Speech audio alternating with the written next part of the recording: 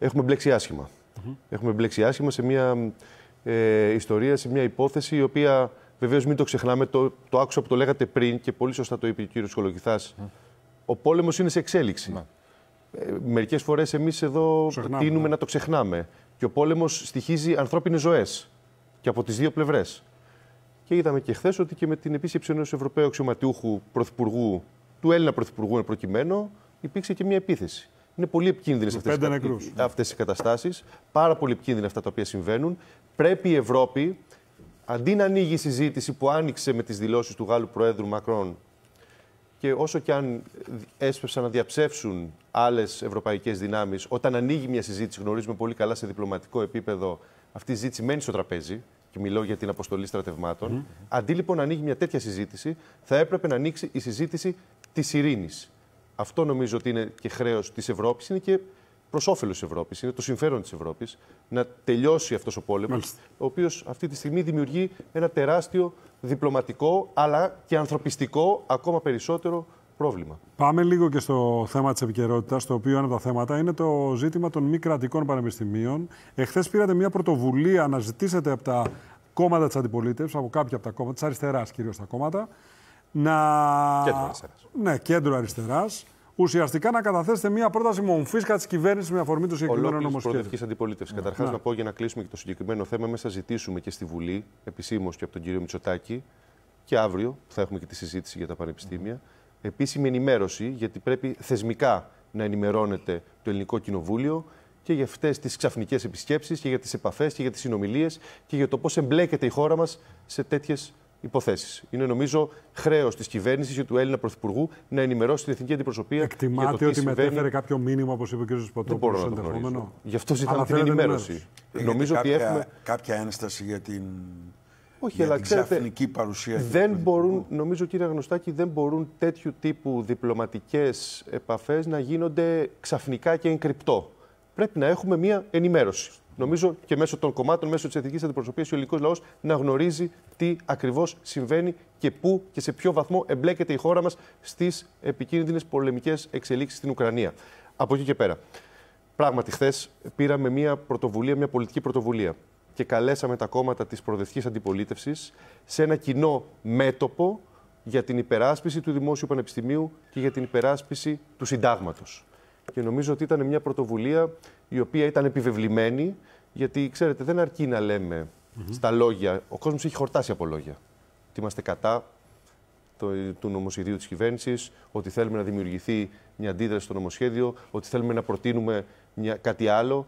Λοιπόν, εδώ χρειάζεται να υπάρξει συνένωση δυνάμεων. Και εμείς πήραμε αυτή την πρωτοβουλία. Δυστυχώς, επιτρέψτε μου να πω με γελίες δικαιολογίες, επέλεξαν τα κόμματα της προοδευτικής αντιπολίτευσης να μην συμπορευτούν μαζί μας σε αυτή την πρόταση δυσπιστίας, η οποία θα έφερε τον κύριο Μητσοτάκη επί 3 μέρες να απολογείται στη Βουλή, θα έφερε την κυβέρνηση, αν θέλετε, στη γωνία να βρίσκεται σε θέση αμυντική και οι δυνάμεις αντιπολίτευσης να μπορούν να θέσουν το ζήτημα του Δημόσιου Πανεπιστήμιου στο επίκεντρο της δημόσιας συζήτησης. Δυστυχώς δεν έγινε αυτό και ο καθένας. Άκουσα δικαιολογίες ότι τελικά θα κερδίσει η κυβέρνηση την πρόταση της πιστείας και θα πάρει ψήφο εμπιστοσύνης. Ο ΣΥΡΙΖΑ το λέω. Μα έτσι γίνεται πάντα στην πρόταση της πιστείας. Το θέμα είναι πολιτικά, αν μπορείς να διαμορφώσεις ένα περιβάλλον δημόσια συζήτηση που θα έρθει στο επίκεντρο το ζήτημα το οποίο θέλεις εσύ να συζητήσεις. Θέλετε να δημιουργήσετε ένα αντιμητσοτακικό μέτωπο, να το πω έτσι? Νομίζω ότι είναι επιβεβλημένο να δημιουργηθεί στην σημερινή συνθήκη, σημερινή κατάσταση. Είναι, αν θέλετε, και αίτημα και αγωνία όλου του αριστερού και προοδευτικού κόσμου να δημιουργηθεί ένα τέτοιο μέτωπο. Αυτό όμως γίνεται στην πράξη, δεν γίνεται στα λόγια. Λέτε προοδευτική αντιπολίτευση και θα ήθελα να δω τι εννοείται με αυτόν τον όρο, γιατί δεν έχει πολύ ακουστεί. Δηλαδή, στον πολιτικό λόγο τον τελευταίο καιρό. Προοδευτική αντιπολίτευση. Αναφέρομαι στις δυνάμεις που αυτοπροσδιορίζονται ως αριστερές ή προοδευτικές. Δεν μπορούσαμε να απευθυνθούμε σε δυνάμεις οι οποίες βρίσκονται στα δεξιά της Νέας Δημοκρατίας. Νομίζω ότι είναι κατανοητό αυτό. Εμείς λοιπόν απευθυνθήκαμε συγκεκριμένα. Εγώ αναφέρθηκα στη δήλωσή μου ονομαστικά στο ΣΥΡΙΖΑ, στο ΠΑΣΟΚ, στο ΚΚΕ και στην Πλεύση Ελευθερίας. Δυνάμεις οι οποίες αυτοπροσδιορίζονται στο αριστερό ή προοδευτικό σκέλος του πολιτικού φάσματος, οι οποίες έχουν αντιταχθεί λένε ότι θα αντιταχθούν στο νομοσχέδιο. Να δούμε πώς θα ολοκληρωθεί αυτή η συζήτηση. Ναι. Με τα εσωτερικά τους προβλήματα κάποιοι φαίνεται. Ναι. Έτσι. Δεν θέλουν να συμπράξουν για να μην σας δώσουν ένα μπόνους ότι εσείς φέρατε την πρόταση. Θεωρείτε δηλαδή ότι είναι λίγο κομματικό? Κύριε Στάθη, ρωτήστε τους ίδιους. Πώς το κάνετε και εσείς για να μπείτε λίγο μπροστά σε όλη την προσπάθεια? Σε κάθε περίπτωση, νομίζω ότι δεν μπορεί σε τέτοια ζητήματα, μείζωνα ζητήματα, θεσμικά ζητήματα, μιλάμε για το ζήτημα του συντάγματος. Δεν μιλάμε εδώ πέρα για μια πολιτική διαφωνία δευτερεύουσα. Δεν μπορεί να βάζεις μικροκομματικά κριτήρια. Δεν μπορεί να λες, εγώ θέλω να συνεργαστώ με τον κύριο Κολοκυθά, αλλά δεν θέλω να συνεργαστώ με τον κύριο Στάθη γιατί δεν μου αρέσει. Εδώ μιλάμε για μείζωνα θεσμικά ζητήματα. Η κυβέρνηση ανερυθρίαστα παραβιάζει το Σύνταγμα. Το Σύνταγμα τι ορίζει, για να γνωρίζουν και οι τηλεθεατές μας, για να μιλάμε συγκεκριμένα. Ορίζει στο άρθρο 16 3 πράγματα. Ότι πρέπει τα πανεπιστήμια να είναι νομικά πρόσωπα δημοσίου δικαίου, ότι πρέπει να είναι αυτοδιοίκητα και ότι πρέπει οι καθηγητές να είναι δημόσιοι λειτουργοί. Λοιπόν, αυτά τα 3 τα παρουσιάζει, τα παραβιάζει και τα 3 η κυβέρνηση Νέας Δημοκρατίας με το νομοθέτημα το οποίο φέρνει. Και λέμε εμείς λοιπόν, ωραία, συμφωνούμε ότι υπάρχει, γιατί μετά κατατέθηκαν ενστάσεις αντισυνταγματικότητας στη συζήτηση στη Βουλή χθες από όλα τα κόμματα της προοδευτικής αντιπολίτευσης. Πλην Πασόκ. Αφού λοιπόν λέτε ότι υπάρχει ζήτημα αντισυνταγματικότητας, ελάτε εδώ να καταθέσουμε πρόταση δυσπιστίας, να αναδείξουμε το ζήτημα, να γίνει μείζον, γιατί γνωρίζετε πολύ καλά, είστε και 3 πάρα πολύ έμπειροι, ότι δημιουργείται μια συζήτηση κοινοβουλευτική άλλης κλίμακας πλέον, άλλου επίπεδου. Πώς θέλετε να μπείτε μπροστά, κύριε Χαρίτση? Θέλετε να μπείτε λίγο να ηγηθείτε? Οφείλουμε, κύριε Κολοκυθά, να μπούμε μπροστά. Οφείλουμε, γι' αυτό είμαστε εκεί, για να μπούμε μπροστά. Και να δώσουμε τις μεγάλες μάχες που οφείλουμε να δώσουμε. Δεν είμαστε εκεί για να είμαστε ούτε χειροκροτητές κανενός, ούτε για να είμαστε ουραγοί των πολιτικών εξελίξεων. Είμαστε εκεί για να μπούμε μπροστά και να αναλάβουμε πολιτικές πρωτοβουλίες. Κύριε Πρόεδρε, καταλαβαίνω πολύ καλά αυτό που λέτε, γιατί η κίνηση που κάνει η κυβέρνηση είναι μια κίνηση υψηλού ρίσκου. Έτσι, εννοώ το αντισυνταγματικό της υπόθεσης, ότι είναι μια κίνηση υψηλού ρίσκου. Στην πορεία των πραγμάτων, εάν κριθεί αντισυνταγματικό, και αυτό οπωσδήποτε θα περάσει από το Συμβούλιο της Επικρατείας, εάν κριθεί εκεί αντισυνταγματικό, θα καταδείξει έναν τρόπο συμπεριφοράς της κυβέρνησης απέναντι στο Σύνταγμα. Μάλιστα. Κατά συνέπεια, και αυτό θα μετρηθεί στα αρνητικά της κυβέρνησης σε περίπτωση που ενσυνειδήτως, αν είναι έτσι, γιατί η κυβέρνηση θεωρεί ότι δεν είναι έτσι. Θα καταμετρηθεί αυτό. Βεβαίως. Γιατί στην πολιτική σκηνή έχει καταμετρηθεί και ο νόμος του κυρίου Παπά παλιότερα ως αντισυνταγματικός. Θέλω να πω ότι το ρίσκο υπάρχει σε όλους όσους κυβερνούν και κάνουν αυτές τις πάντα υπάρχει το ρίσκο και πάντα αναλαμβάνεις και το πολιτικό κόστος. Ακριβώς. Εδώ όμως, επιτρέψτε μου να πω, είχαμε και μια δήλωση του αρμόδιου υπουργού, του Υπουργού Παιδείας, του κ. Πιερακάκη, ο οποίος τι μας είπε ο κ. Πιερακάκης? Λέει, ξέρετε, λέει, το Σύνταγμα πρέπει όντως να αναθεωρηθεί ως προς το άρθρο 16, πρέπει να αλλάξει, αλλά εμείς δεν μπορούμε να περιμένουμε. Δηλαδή, τι μας λέει, εγώ τώρα θα το παραβιάσω και εσείς εδώ, Ελληνικό Κοινοβούλιο, φροντίστε γρήγορα να το αναθεωρήσετε το Σύνταγμα για να προσαρμοστεί στο νόμο. Δηλαδή, θα προσαρμοστεί το Σύνταγμα στο νόμο ή θα προσαρμοστεί ο νόμος στο Σύνταγμα, που έτσι είναι η ορθή συνταγματική θεσμική τάξη των πραγμάτων. Εδώ νομίζω ότι μπαίνει πάρα πολύ είναι υψηλού ρίσκου κίνηση πάντως ως προς το Σύνταγμα. αλλά κοιτάξτε, επειδή είμαστε και σε ένα περιβάλλον, νομίζω, κύριε Αγνωστάκη, κύριε Στάθη, κύριε Κολοκυθά, είμαστε και σε ένα περιβάλλον στο οποίο πρόσφατα είχαμε το ψήφισμα του Ευρωπαϊκού Κοινοβουλίου, το οποίο μιλάει για τα ζητήματα του κράτους δικαίου στην Ελλάδα. Στην Ελλάδα, δεν μιλάει για κάποια άλλη χώρα, για την Ελλάδα μιλάει. Εδώ λοιπόν έχουμε μια κυβέρνηση η οποία, παρότι δέχεται αυτά τα ψηφίσματα, τα οποία είναι ευθέως επιθετικά προς την πολιτική της κυβέρνησης, επιμένει να λειτουργεί αντιθεσμικά. Και λέμε λοιπόν ότι η ευθύνη της αντιπολίτευσης είναι σε αυτά τα ζητήματα να επισημαίνει και να μάχεται κατά της αντιθεσμικότητας κυβέρνησης. Να ρωτήσω Γι' αυτό εμείς καταθέσαμε αυτή την πρόταση. Γιατί λέτε για κράτος δικαίου και το ακούω, βεβαίως υπάρχει το ψήφισμα. Από την άλλη πλευρά, υπάρχουν κορυφαίοι συνταγματολόγοι της χώρας. Εγώ δεν θα πω στον κύριο Βενιζέλο, παραδείγματος χάρη, που ως καθηγητής δεν μιλάω πολιτικά, έχει ένα όγκο. Θα πω για τον κύριο Σκουρί, παραδείγματος χάρη, ο πρώην πρόεδρος του Ευρωπαϊκού Δικαστηρίου. Και λέει ναι, μπορεί να γίνει. Θέλω να πω, άλλο θέλω να πω εγώ. Δεκάδες άλλοι συνταγματολόγοι, οι οποίοι λένε το ακριβώς αντίθετο. Βεβαίως. Απλά ρωτώ, επειδή ακριβώς είναι ένα θέμα το οποίο υπάρχει μια σύγκρουση συνταγματολόγων και δεν έχει κριθεί. Γιατί είναι εξωθεσμικό να πηγαίνει σε αυτή την κατεύθυνση, ενώ υπάρχουν άνθρωποι που σου λένε ότι δεν είναι εξωθεσμικό. Δηλαδή, μπορεί να είναι λάθος νόμος, θέλω να πω, αλλά γιατί ντε και καλά είναι παραβίαση του συντάγματος. Ορθό θα ήταν, κύριε Στάθη, εφόσον η κυβέρνηση θέλει να προχωρήσει είναι, αν θέλετε, και η ιερή αγελάδα της ελληνικής δεξιάς ιδιωτικοποίηση των πανεπιστημίων. Εφόσον θέλει να προχωρήσει αυτή την κατεύθυνση, να πάει πρώτα σε αναθεώρηση του συντάγματος και μετά να φέρει όποιο νόμο θέλει και να συζητήσουμε τον νόμο. Κάτι άλλο πολιτικό. Αυτό θα ήταν το θεσμικό. Μία ερώτηση μόνο σε αυτό θέλω. Αν είχατε φοιτήσει σε ιδιωτικό πανεπιστήμιο του εξωτερικού, θα είχατε δυνατότητα να το υπερασπιστείτε αυτό που λέτε τώρα? Και το ρωτώ γιατί. Το ξέρω, απλά το ρωτώ. Από αυτού του Εθνικού Μετσοβίου Πολυτεχνείου. Το ξέρω επίσης. Και αυτό το ξέρω. Ηλεκτρολόγος μηχανικός. Επίσης. Και καλή σχολή με πολύ ψηλά ποσοστά. Και στο εσωτερικό πήγα για μεταπτυχιακές σπουδές σε δημόσιο πανεπιστήμιο στην Αγγλία. Ρωτώ λοιπόν εδώ. Γιατί εδώ, παραδείγματος χάρη, ο ΣΥΡΙΖΑ έχει μια αρνητική θέση από αυτού. Ο επικεφαλής του έχει φοιτήσει ιδιωτικά. Μη κρατικά, τέλος πάντων, στο εξωτερικό. Δεν ξέρω, ρωτήστε τον ΣΥΡΙΖΑ γι' αυτό. Αυτό είναι ένα θέμα που αφορά το ΣΥΡΙΖΑ, δεν αφορά εμάς. Εμείς αυτό το οποίο λέμε, μιας και το λέτε, αν μου επιτρέπετε, συγγνώμη, κύριε Κολοκυθά. Αυτή τη στιγμή στην Ευρώπη, κύριε Στάθη, κύριε Κολοκυθά, κύριε Αγνωστάκη, τα ιδιωτικά πανεπιστήμια, τα οποία είναι άξια συζήτηση και σχολιασμού, δεν είναι ούτε στα δάχτυλα του ενός χεριού. Τα δημόσια πανεπιστήμια είναι σε όλες τις μεγάλες χώρες, στη Γαλλία, στη Γερμανία, στη Μεγάλη Βρετανία, στην μέκα του καπιταλισμού. Έτσι, τα δημόσια πανεπιστήμια είναι αυτά τα οποία κυριαρχούν στο εκπαιδευτικό σύστημα. Με δίδακτρα, βέβαια, για τους αλλοδαπούς ξένους. Για τους αλλοδαπούς και τους ξένους στη Μεγάλη Βρετανία. Στη Γαλλία και στη Γερμανία, όχι. Εδώ λοιπόν μπαίνουμε εμείς σε μια λογική και προσπαθεί να μας πείσει η κυβέρνηση για κάτι το οποίο δεν ισχύει στην Ευρώπη. Ναι. Πάμε λίγο στο παρελθόν. Πριν από λίγες μέρες μίλησε ο κ. Τσίπρας. Το περιμένατε άλλωστε, θα σας ρωτήσουμε γι' αυτό. Ήσταν υπουργός του κ. Τσίπρα, υπουργός της κυβέρνησης Τσίπρα. Ο κ. Τσίπρας έκανε μια κούλπα, ας πούμε έτσι, για τις τηλεοπτικές άδειες και την υπόθεση Νοβάρτης. Ότι έγιναν λάθος χειρισμοί.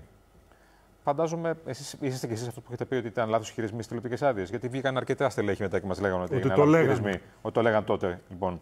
Ήταν λάθος χειρισμοί του ΣΥΡΙΖΑ στις τηλεοπτικές άδειες και στο θέμα της Νοβάρτης? Τσουβαλιάστηκαν άνθρωποι στην Νοβάρτης? Νομίζω ότι κάθε πολιτικός ηγέτης και κάθε πολιτικός πρέπει να κάνει την κριτική και την αυτοκριτική. Νομίζω ότι ο κ. Τσίπρας είπε αυτά που είπε σχέση με τις συγκεκριμένες δύο υποθέσεις. Δεν είπε όμως μόνο αυτά. Είπε και σε σχέση και με τα επιτεύγματα της κυβέρνησης της περίοδου 15-19. Προφανώς. Έκανε μια ανασκόπηση ολόκληρης αυτής της διαδρομής με τα θετικά και με τα αρνητικά της. Αλλά όπως καταλαβαίνετε, μας έκανε εντύπωση η αυτοκριτική αυτά τα δύο θέματα που ήταν και σημαία του ΣΥΡΙΖΑ. Το κατανοώ. Και βεβαίως η αυτοκριτική είναι καλό που έγινε, καλό που γίνεται. Καλό είναι να γίνεται και στην ώρα της, θα μπορούσε να γίνει και νωρίτερα. Εγώ το λέω αυτό. Σας υπενθυμίζω ότι μετά το 2019 είχε εκπονηθεί από τον ΣΥΡΙΖΑ ένα κείμενο αυτοκριτικής και αποτίμησης της κυβερνητικής θητείας πολύ αναλυτικό. Όχι τόσο πολύ, γιατί το έχω διαβάσει όλο. Του κυρίου Δραγασάκη και του κυρίου Μπαλτά. Ναι. Λοιπόν, ένα κείμενο το οποίο δυστυχώς δεν συζητήθηκε όσο θα έπρεπε να συζητηθεί και στο εσωτερικό. Αυτά που λέει ο κύριος Τσίπρας όμως είναι σωστά. Γιατί άλλο καλός η αυτοκριτική είναι σωστά όμως. Γιατί εσείς ήταν κυβερνητικός τέλεχος, κεντρικό πολιτικό. Πάμε για την Νοβάρτης. Νομίζω ότι είναι σωστά. Νομίζω ότι είναι σωστή η κριτική και η αυτοκριτική την οποία έκανε. Το ζητούμενο είναι, ξέρετε, να μην χρησιμοποιείται, να μην γίνεται αντικείμενο εκμετάλλευση μια τέτοια αυτοκριτική με στόχους που έχουν να κάνουν με το σήμερα. Είναι μια ιστορική αποτίμηση, η οποία όμως πολλές φορές κάποιοι την προβάλλουν γιατί έχουν άλλες επιδιώξεις στο σήμερα. Σωστά γίνεται λοιπόν. Ναι, ενδεχομένως, εγώ, για να την επεκτείνω, ενδεχομένως και αργοπορημένα. Στο λόγο σας όμως που κάνατε προχτές, στο λόγο σας που κάνατε στη συνδιάσκεψη προχτές, τον οποίο τον παρακολούθησα, δεν αναφέρατε τίποτα γι' αυτά. Κοιτάξτε, σε επίπεδο αυτοκριτικής. Όχι, σε επίπεδο αυτοκριτικής έχουμε τίποτα αναφερθεί. Για αυτά, για τα σοβαρά για τα αυτά. Συγκεκριμένα, όχι. Έχουμε αναφερθεί πολλές φορές. Ναι, αλλά επί της ουσίας αυτοκριτικής και για τις δικές μας. Οι πολιτικές κτλ. Εδώ όμως ο κύριος το έθεσε επί των τύπων των ύλων. Όπως λέει ο Γιάννης, τσουβαλιάστηκαν άνθρωποι. Το έθεσε υπό τον τύπο των ύλων και καλά έκανε και το έθεσε υπό τον τύπο των ύλων, όπως καλά έκανε και έθεσε και τα επιτεύγματα εκείνης της περίοδου και έκανε μια αντικειμενική αποτίμηση εκείνης της περίοδου. Επιτρέψτε μου όμως να σας πω. Υπήρχε παραϋπουργείο στο Μεγάλο Μαξίμου. Μας το είπε ο κ. Κοντονής εδώ. Δικαιοσύνης. Που ήταν υπουργός δικαιοσύνης. Υπήρχε παραϋπουργείο δικαιοσύνης το οποίο αποφάσισε στην ουσία για το θέμα της Νοβάρτης. Αν έχει τέτοια στοιχεία ο κ. Κοντονής μπορεί να τα προσκομίσει. Να τα προσκομίσει και στη δικαιοσύνη, εφόσον υπάρχουν τέτοια στοιχεία. Είπε δηλαδή ότι από τον Παναγιώτη ενημερώθηκε. Γιατί ο Παναγιώτης κάνει. Δεν μπορώ να τοποθετηθώ για ζητήματα τα οποία δεν τα γνωρίζω. Κύριε Χαρίτση, είπε ότι από τον Παναγιώτη ενημερώθηκε ότι πάει ο κύριος Τζανακόπουλος στον Άριο Πάγο για να δώσει αυτά τα ονόματα. Όποιος έχει στοιχεία να τα πάει στην Τι να δώσει τα ονόματα, ότι ήταν εκείνη τη μέρα που πήγε στην Βουλή. Πολιτικά μπορώ να σχολιάσω για υποθέσεις τις οποίες κατά τα άλλα δεν γνωρίζω. Πολιτικά μπορώ να σχολιάσω. Δεν είχατε εικόνα ότι υπάρχει παραυπουργείο δικαιοσύνης υπό την εποπτεία του κ. Πολάκη και του κ. Παπαγγελόπουλου στο Μέγαρο Μάξιμο? Δεν έχω καμία τέτοια εικόνα. Αυτό όμως το οποίο έχω, ξέρετε, επειδή πολλές φορές. Το πιστέψατε εσείς, συγγνώμη λίγο, το πιστέψατε εσείς ότι με ένα τρέιλερ, πώς λέγεται αυτό, με μια βαλίτσα, πήγανε λεφτά από την κεντρική πόρτα του Μαξίμου στον τότε πρωθυπουργό? Δεν είναι το θέμα τι πιστεύω εγώ ή τι δεν πιστεύω, κύριε Αγνωστάκη. Το θέμα είναι η δικαιοσύνη, αν κάνει τη δουλειά της και αν διερευνά τις υποθέσεις. Δεν είναι θέμα δικής μου προσωπικής εκτίμησης. Γιατί? Λοιπόν, το θέμα είναι. Όχι, όμως ψηφίστηκε στη Βουλή η παραπομπή του. Βεβαίως. Ψηφίστηκε η παραπομπή. Άρα και ο πρώην Πρωθυπουργός λέει για τσουβάλια. Όπως έχουμε και άλλες υποθέσεις τώρα. Βεβαίως. Κύριε Στάθη, κύριε Αγνωστάκη. Εννοείται και πολλές υποθέσεις και όλες τις αναδεικνύουμε κάθε μέρα. Εγώ βρέθηκα προχθές. Βρέθηκα στην αρχή προστασίας προσωπικών δεδομένων. Τι έγινε? Και συνάντησα τον κύριο Μενουδάκο. Και το προβάλλω. Το ξέρω.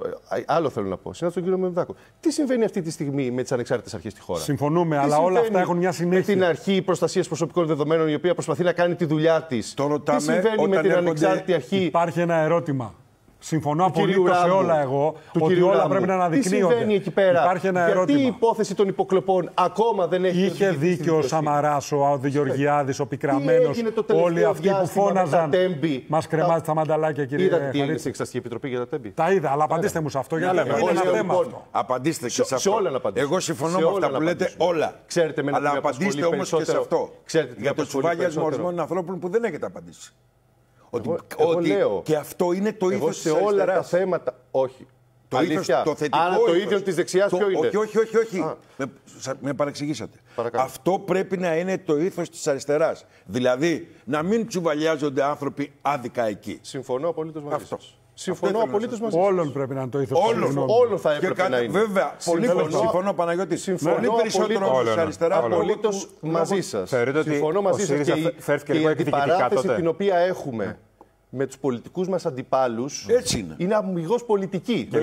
Όλα τα άλλα ζητήματα ας τα δει δικαιοσύνη. Εμείς πολιτικά αντιπαρατηθέμεθα με τη δεξιά, γιατί έχουμε διαφορετικές ιδεολογικές αφετηρίες, έχουμε διαφορετικές αρχές, έχουμε διαφορετικό πολιτικό σχέδιο. Έτσι. Και είναι πολιτική αντιπαράθεση. Να ρωτήσω για να από κλείσουμε. εκεί και πέρα όμως για μένα το κρίσιμο σε όλα αυτά τα ζητήματα. Να ρωτήσω κάτι για να κλείσουμε. Κάτι το συζήτητα. Μας απαντήσετε όμως αυτό. Πείτε το, όχι, δεν τον αφήσα. Για το τσουβάλιασμα. Όχι, είπε συμφωνεί με την κριτική. Συμφωνώ με την κριτική. Βεβαίως. Κακώς είναι τσουβάλιασμα. Βεβαίως. Εννοείται. Από εκεί και πέρα όμως επιτρέψτε μου, επειδή ζούμε σε μια πολύ κρίσιμη περίοδο και εγώ αυτό το οποίο βλέπω διάχυτο στην κοινωνία αυτή τη στιγμή και νομίζω ότι και εσείς το εισπράτετε. Είναι μια τεράστια κρίση εμπιστοσύνης των πολιτών προς τους θεσμούς. Όλους τους θεσμούς. Όλους τους δημοκρατικούς θεσμούς. Ξαναγίνεται αυτό. Με χειρότερους όρους, κατά τη γνώμη μου. Ξαναγίνεται το 9-10. Πολύ φοβάμαι και με χειρότερους όρους. Και εδώ λοιπόν υπάρχει τεράστια ευθύνη της πολιτείας, του κράτους, της κυβέρνησης εν προκειμένου. Και της αντιπολίτευσης. Και της αντιπολίτευσης βεβαίως. Κατά τη γνώμη μου. Συγγνώμη, παρεμβαίνω. Γιατί λοιπόν εμείς τότε, κύριε Στάθη, εμείς ζητήσαμε να γίνει προανακριτική της εκάστοτε κυβέρνηση και της εκάστοτε αντιπολίτευσης? Συμφωνώ μαζί σας. Παράδειγμα συγκεκριμένο για να μιλάμε συγκεκριμένα και όχι. Είναι λάθος που δεν κάνετε προανακριτική για τα Τέμπη. Η Βουλή συνολικά είναι λάθος. λάθος. Όλη η ελληνική κοινωνία ζητούσε. Ο κ. Μητσοτάκης το έλεγε να χυθεί άπλο το φως. Τι έκανε τελικά? Έριξε ένα χαλί και τα σκέπασε όλα από κάτω.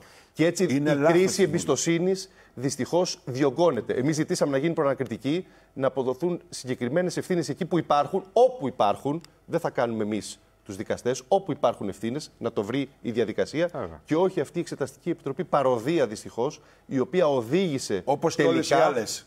Όπως όλες οι άλλες, οι οποίες οδήγησε τελικά σε συγκάλυψη και κάνει τους πολίτες να μην διαπιστεύονται τους κοινοβουλευτικούς και δημοκρατικούς θεσμούς. Μία ερώτηση θέλω μόνο. Καταρχήν πάτε καλά στις δημοσκοπήσεις, όπως είδα, ανεβαίνετε. Δεύτερον, θεωρείτε το Κασελάκης είναι αριστερός? Νομίζω ότι αυτό το απαντάει η ελληνική κοινωνία κάθε μέρα. Νομίζω ότι είναι σαφές ότι ο ΣΥΡΙΖΑ υπό την ηγεσία Κασελάκη είναι ένα κόμμα το οποίο έχει πάρει διαζύγιο με την αριστερά. Διαζύγιο με τις αρχές, με τις αξίες της, με τη ιδεολογία της, με το πρόγραμμά της.